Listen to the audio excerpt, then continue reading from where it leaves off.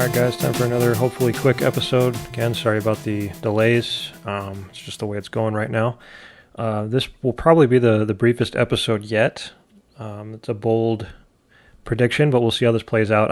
It's an important topic nonetheless.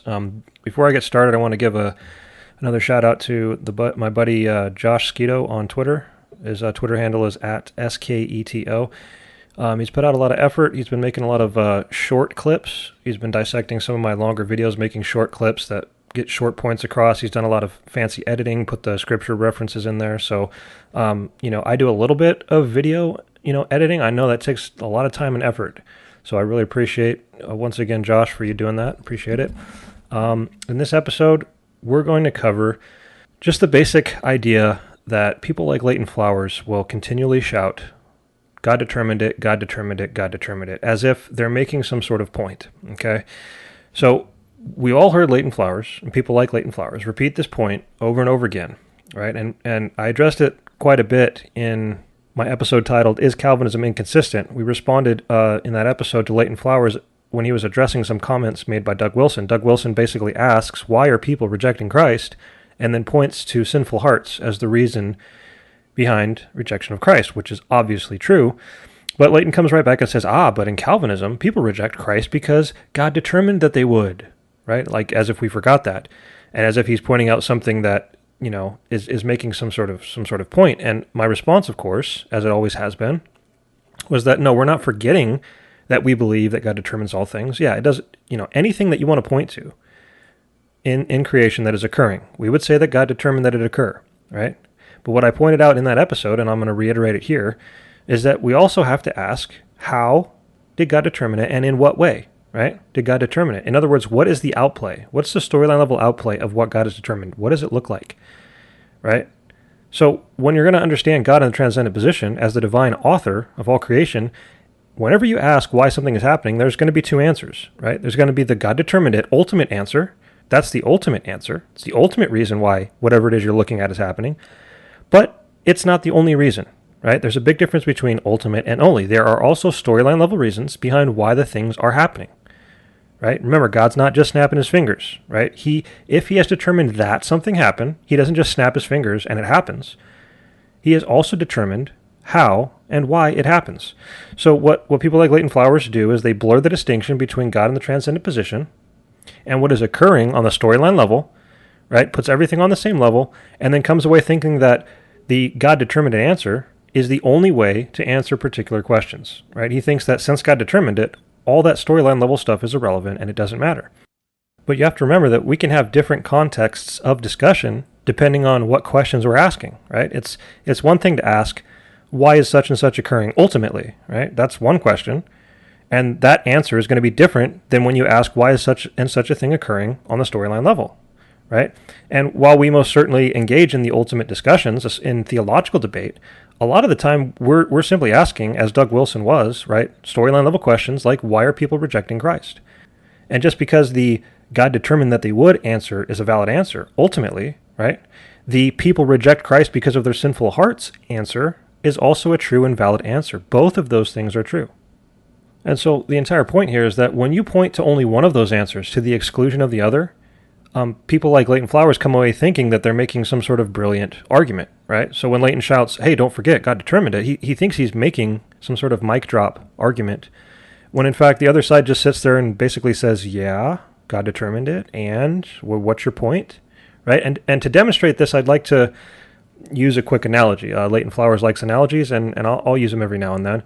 So I'm going to, in this analogy, I'm going to talk to Leighton, as if I'm talking to Leighton really quickly here, regardless of whether or not he actually hears this, just to make a quick point. So, Leighton, let's imagine that you and I are both, huge fans of a particular book series, and we both agree that when this next book comes out, we're both going to buy it, we're going to read the whole thing, maybe more than once, and we're going to go out for lunch, and we're going to just discuss the story and give our thoughts and our opinions, right? So that day comes, and we go out for lunch, and we start talking about our favorite characters and our favorite events and, why this happened or why that happened.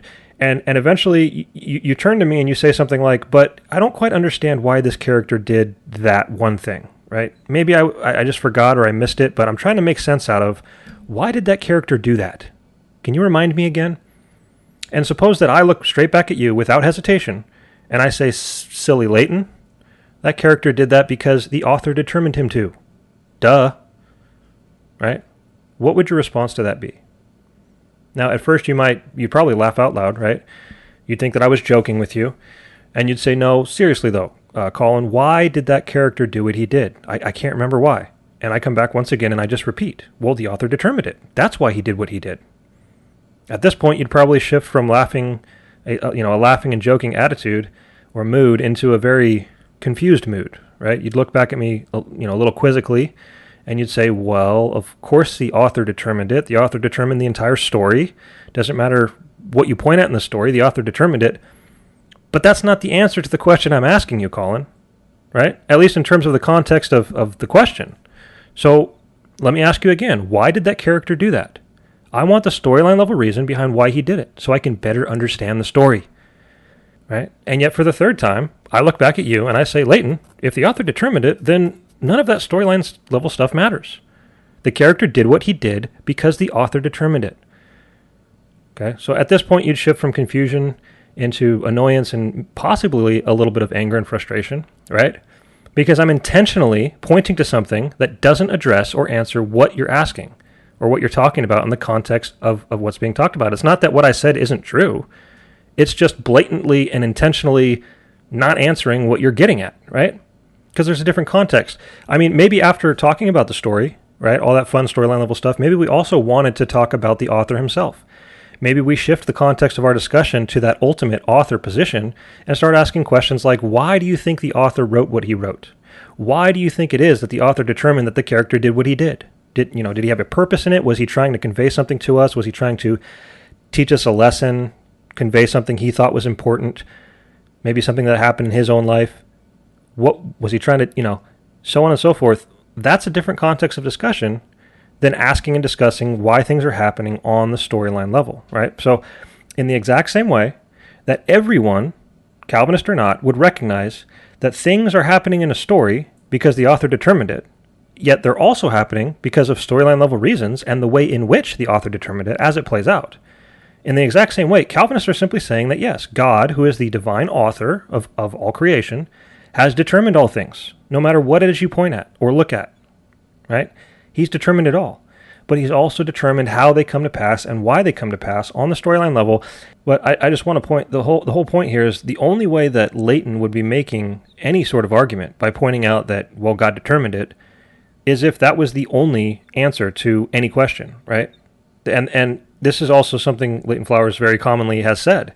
He said that if Calvinism is true, then God is the only reason that things are happening, right? He conflates ultimate with only. And I have him on record, as I played in my past episode, even in one single episode, 5 or 6 times, he repeated that, well, if God's determined it, the only reason it's happening is because God determined it, and he uses the word only. So if you listen to this quick montage again, I've shortened it, but listen to this again.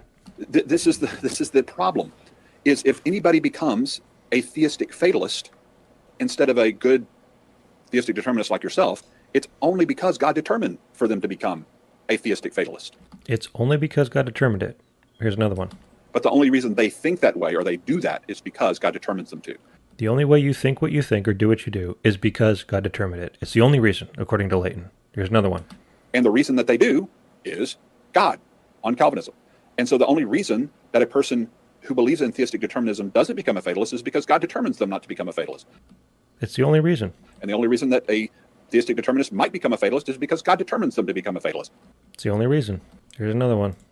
And the only reason he would ever do that is because God ultimately determined for him to do that. Conflating ultimate with only. And the last one? And therefore, the only reason you go witness to Joe is because God determined for you to go witness to Joe. Over and over and over again. Only, only, only. These all came from one episode, right? And you can pull any episode of Leighton's out of a hat, and you're going to find the same drum beat repetition of, if God determined it, then that's the only reason that it's occurring. And you see, Leighton, if you were to just take your logic here and apply it to my book discussion analogy, if I were to insist that the only reason things were happening in the story is because the author determined it, would you take me very seriously at all? Right? I don't think you would. You would recognize that ultimately all things are happening because the author determined it, but there's a big difference between ultimate and only.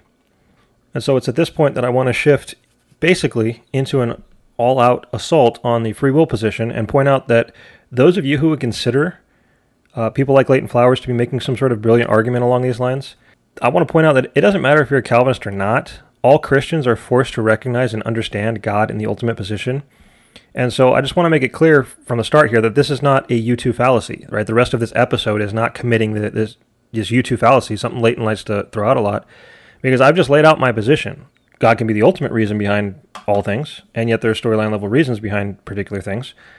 But after clearing that up, I'm going to shift to pointing out how if you consider Leighton to be making some sort of argument along these lines, whatever argument you consider to be there is also applicable to your own position, whether you realize it or not. So the first thing I'd like to hammer out is the fact that according to the free will position, at this point we can let's pretend Calvinism doesn't even exist, right? We're just going to be going into the free will position and asking some basic questions. But according to the free will position, God allows things to occur, right? God obviously could have stopped anything that comes to pass. It doesn't matter what you point at in creation, even the bad stuff, right? Hitler, rape, torture, murder, child abuse, whatever. God could have stopped it, right? He could stop anything that comes to pass, which means that logically speaking, whatever does end up coming to pass was allowed by God. This isn't, I would assume, an open admission from the free will side, right? Unless you're going to say there's things God couldn't stop. I don't think anybody's going to say that. God allowed whatever it is that comes to pass, God allowed it, and he could have stopped it. But notice something. That means that God willingly, important word, willingly chose to allow it. He made a choice. Here comes this thing, right? Again, Calvinism, not talking about Calvinism, free will. God knows the future. Here comes this thing, and God makes a choice. I'm either going to allow this or not allow it, right? So he's willingly choosing to allow even the bad stuff. So my first very brief question is, how can you say that God willingly chose to allow something that he was unwilling to occur? What exactly is unwilling permission or unwilling allowance? Because to me, that sounds like a contradiction, right? And again, don't fall for analogies. People like to jump off on analogies at this point. We're talking about God here, right? God has the absolute power to stop whatever it is that's going to occur. And yet he willingly chooses to allow what does occur. And I've never heard an answer to how that is not a double-minded or a two-willed view of God. That God was not willing for something to occur, but he was willing to allow it to occur when he could have easily stopped it.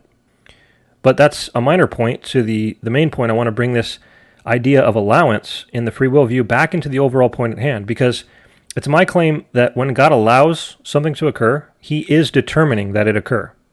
And how many times have we heard the free will side say that God determines some things, but he doesn't determine all things? And I've pointed out before that it doesn't matter if you're a Calvinist or not, you have God determining all things. Let me say that again, especially for people like Leighton, if you're listening to me. Even in your free will view, you have God determining all things. Now, the way in which God determines that things occur is actually irrelevant to the overall point here, right? That God is determining that things occur. That's all I'm getting at. The whole idea of causation and responsibility, the way in which God is determining things, is actually relevant to my point that in both our views, God is determining that things occur. So Calvinists might have God actively planning, purposing, and causing things to occur, right? Everybody wants to jump on that. Calvinism has God actively planning, actively purposing, and actively causing things to occur, right? But you need to stop and realize that you have God reactively planning and reactively purposing and reactively allowing things to occur.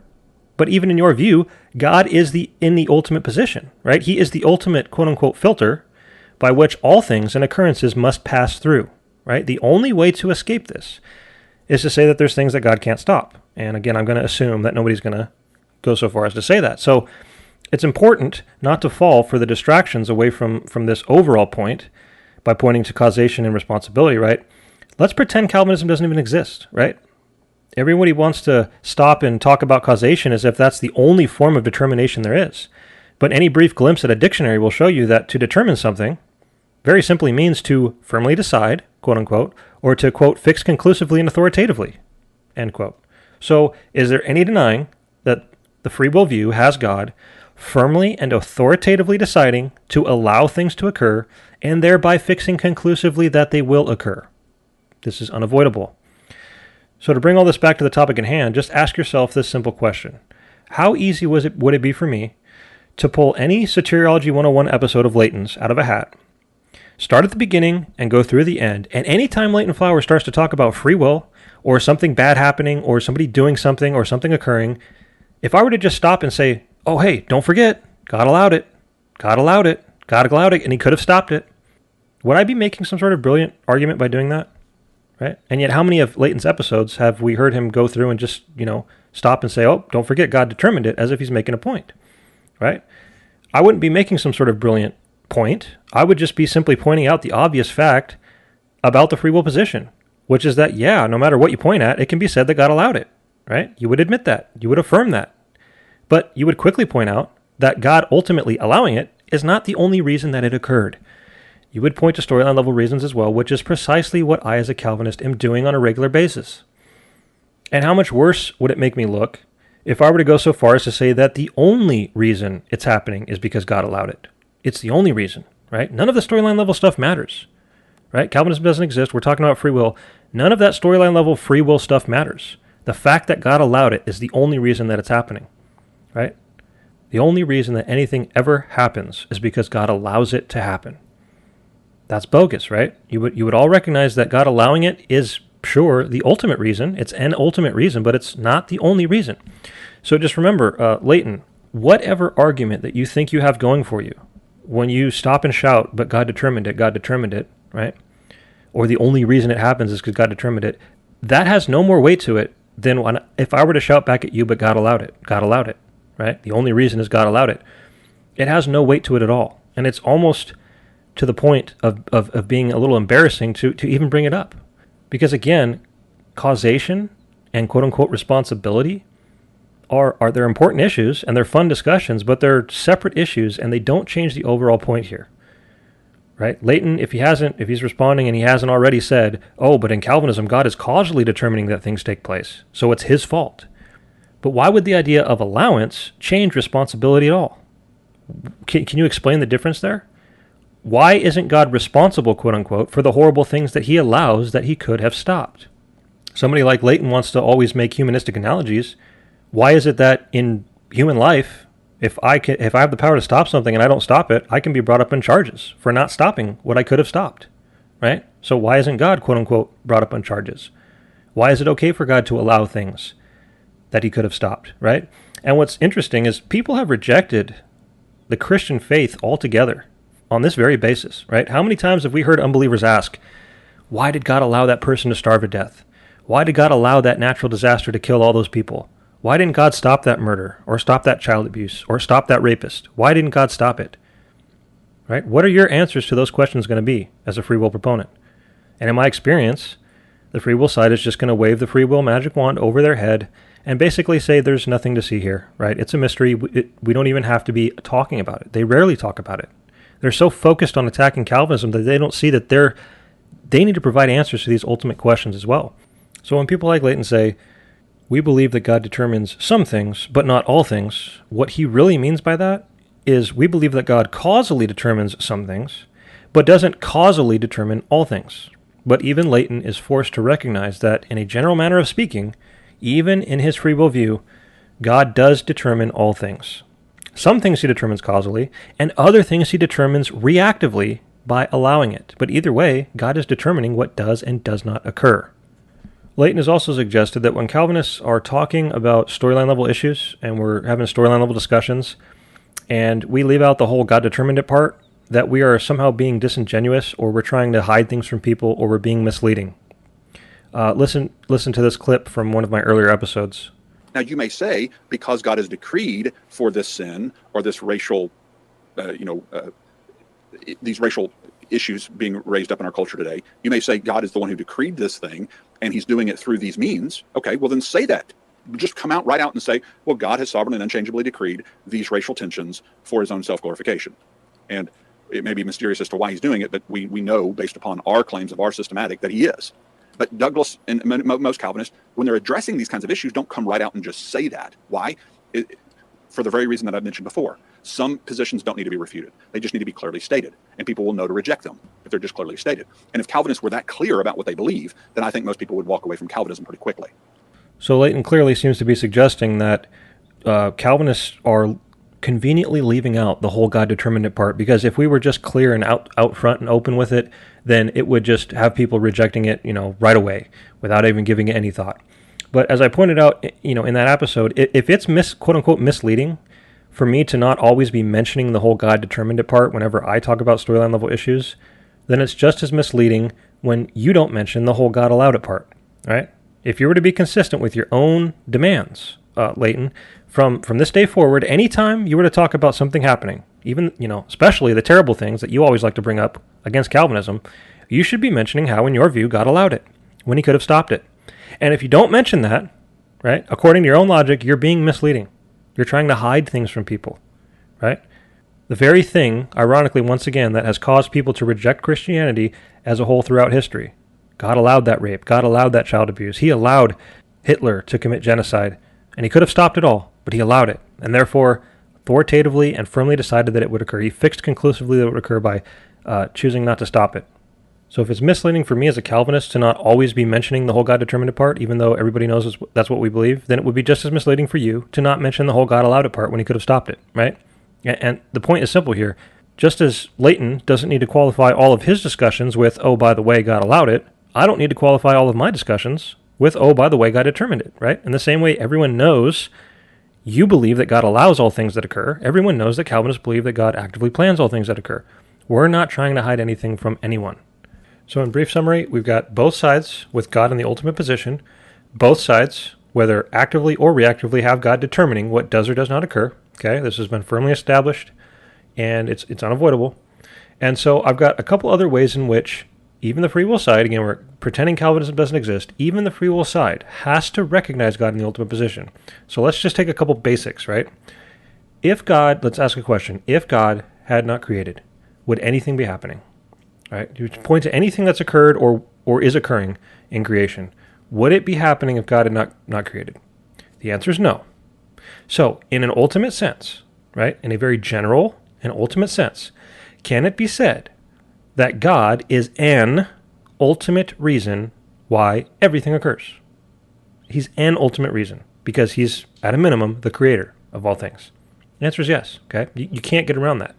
The only way that could be done is if there were things in existence that were created by something other than God, right? Then and only then could there actually be things in existence that God has nothing to do with.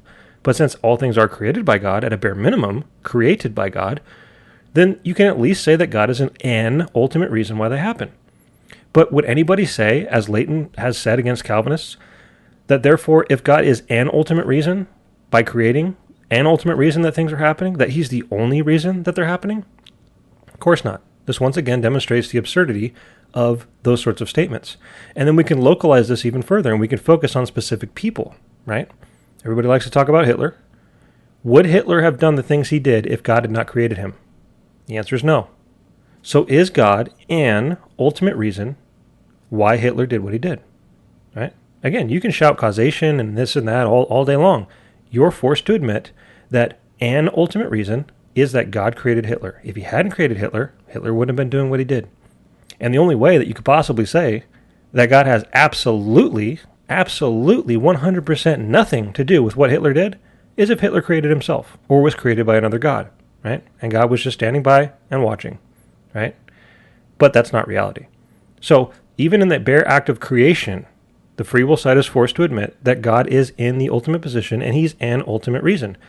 And yet it would be absurd for me to say against your free will position that God, if he's the ultimate reason, is the only reason that those things are happening, right? You would obviously point to storyline level reasons as well. And then you can localize this even one step further, right? So we've gone from bare creation to creation of specific people in the basic sense of bringing them into existence.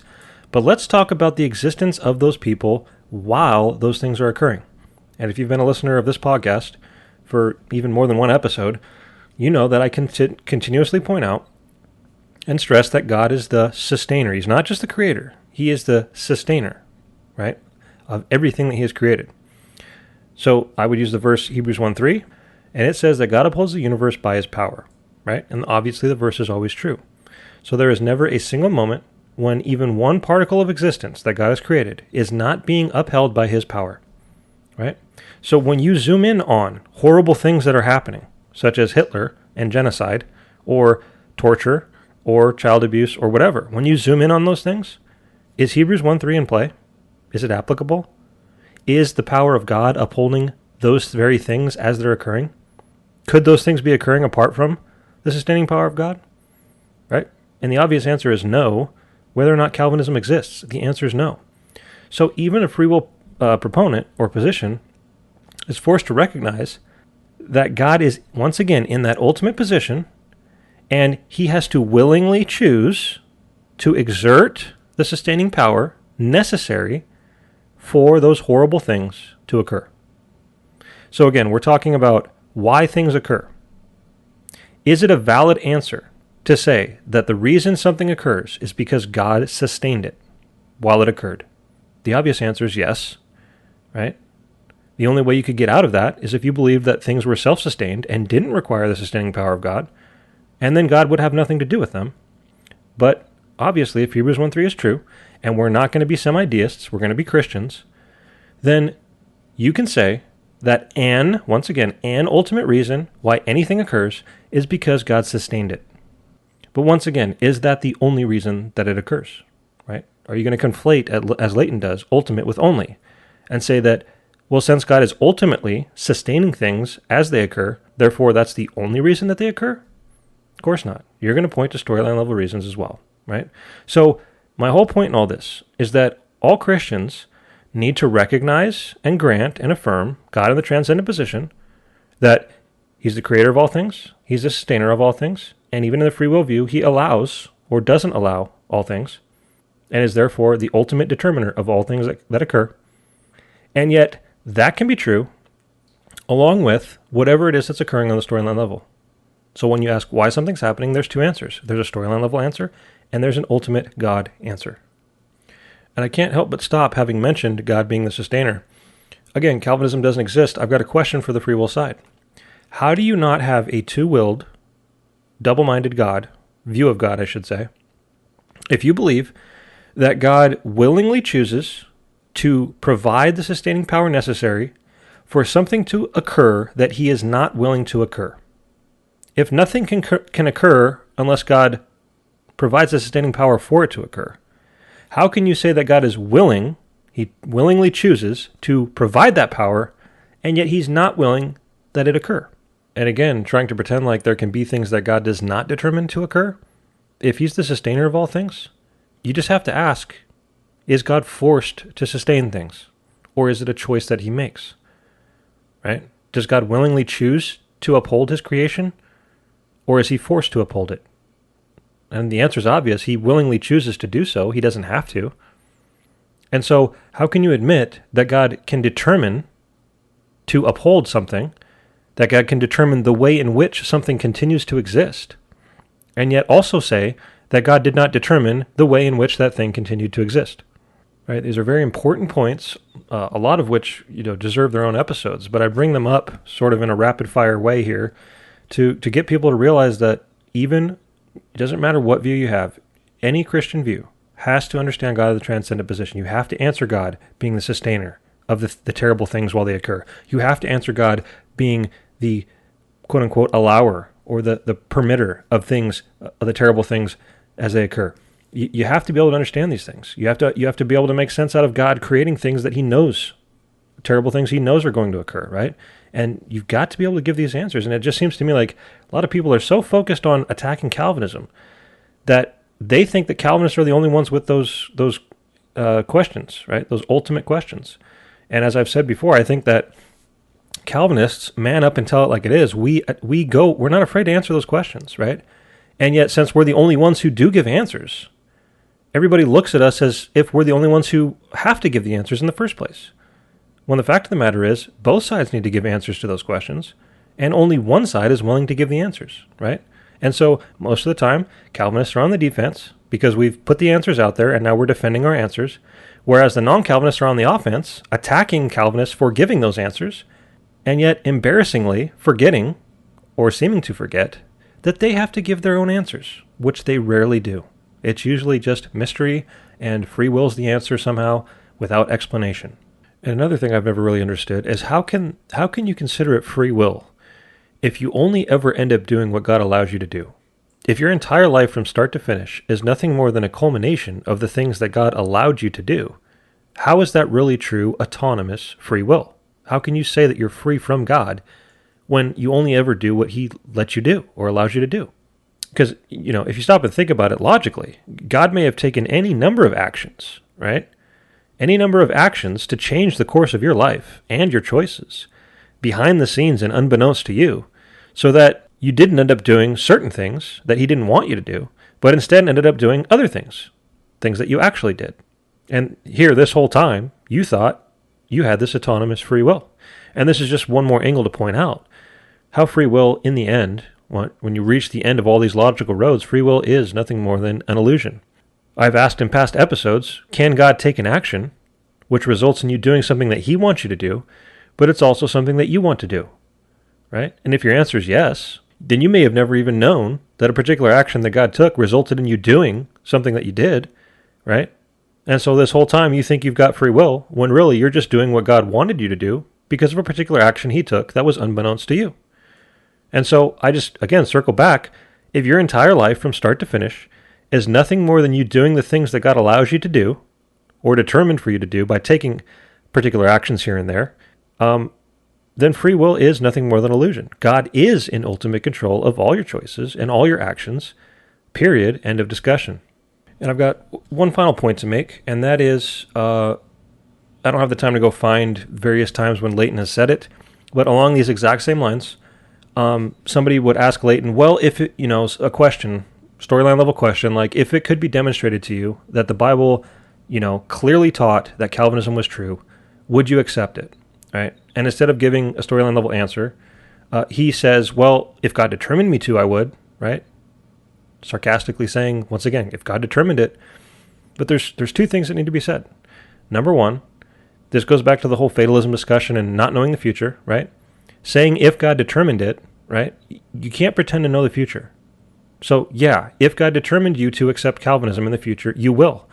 But that's not the only reason or answer. You need to understand that if he's determined that you will accept Calvinism in the future, he's also determined how and why, which can include debates, discussions, study, reading, so on and so forth, right? All those things can be what can contribute to why you accept or reject Calvinism in the future. So if the day comes when you do accept Calvinism, then yeah, it can be said because God determined that you would, but it can also be said because you changed your mind. And you can give all the reasons why you changed your mind, if that should ever come to pass. But remember, we don't know the future. And number two, to sarcastically say, well, if something's going to happen in the future, it'll happen if God determined it to, is just as sarcastic and irrelevant as me saying to a free will position that something's going to happen in the future if God allows it to, right? You're going to do something in the future if God allows you to, right? It's a true statement, something you believe, something you grant, something you recognize, and yet you would point out that that's not the whole story, right? Yes, if you're going to do something in the future, God is allowing you to do it, right? He could have stopped you, but he will allow you to do it, whether it's good or bad or ugly. He allowed you to do it, but it's not the only reason. You would point to storyline level reasons as well. So I hope these sorts of things stick with you guys into the future, so that the next time you hear Leighton say something like, well, God determined it, you got to remember, yeah, that's a true statement. So what, right? And when Leighton says the only reason that it happened is God determined it, you should very clearly see by now that it's not the only reason. It's the ultimate reason, but it's not the only reason. And if he's going to ignore storyline level reasons when he's attacking Calvinism, that would be just as ridiculous as us ignoring storyline level reasons when we point out the fact that God allowed it in his view, right? Just as ridiculous. And yet we don't do that because we see how ridiculous it is. The only reason I've brought them up in this episode is to point out that for some reason, the free will side rarely seems to realize that they have to answer the same ultimate questions. Never forget that the free will side cannot escape God being the ultimate determiner of all things. Whether it's active or reactive, whether it's God causing it or God allowing it, doesn't matter. God is still the ultimate determiner of what does and does not occur. Once you take all of these factors into account, number one, that God created you knowing what you would do, and he didn't ask you if you wanted to be created. Number two, God chooses to allow you to do anything that you do when he could have stopped it. And number 3, that God chose to uphold your existence while you did whatever it is that you did. For any Christian, there is no escaping God being in ultimate control. So this will bring us to the end of this particular episode. I think we've set another record here for the shortest ever Consistent Calvinism episode. You guys should be very proud. Just want to say again, don't worry, I'm still going to someday get around to addressing influences and determinism, how those two things fit together. And another important topic is God, the author of evil. Those are still on my list, and I'm going to try to get to them as soon as I can. Once again, you can find Consistent Calvinism Podcast on all your favorite podcasting apps. You can subscribe on YouTube, and you can follow the Twitter at the letter C Calvinism, at C Calvinism. Fun discussions there as well. Thanks again, guys. If you enjoy this, spread it around, share it around, and remember to stay consistent, my friends.